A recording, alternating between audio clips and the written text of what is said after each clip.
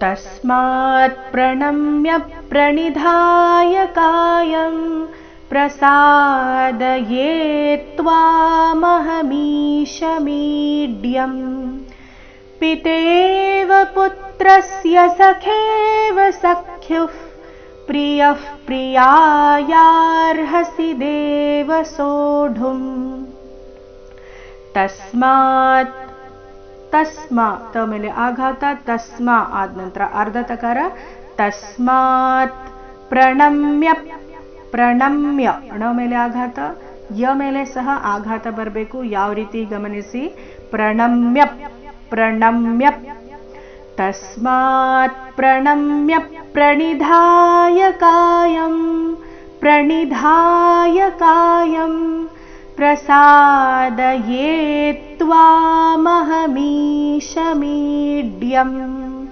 ಪ್ರಸಾದಯೇ ತ್ವಾಮಹಮೀಶ ದೀರ್ಘ ಮಹಮೀಶಮೀಡ್ಯಂ. ಇಲ್ಲಿ ಸಹ ಮೀ ದೀರ್ಘ ಆದ ನಂತರ ಅರ್ಧ ಡ ಪೂರ್ತಿ ಯ ಸೇರಿ ಸಂಯುಕ್ತಾಕ್ಷರ ಮೀಡ್ಯಂ.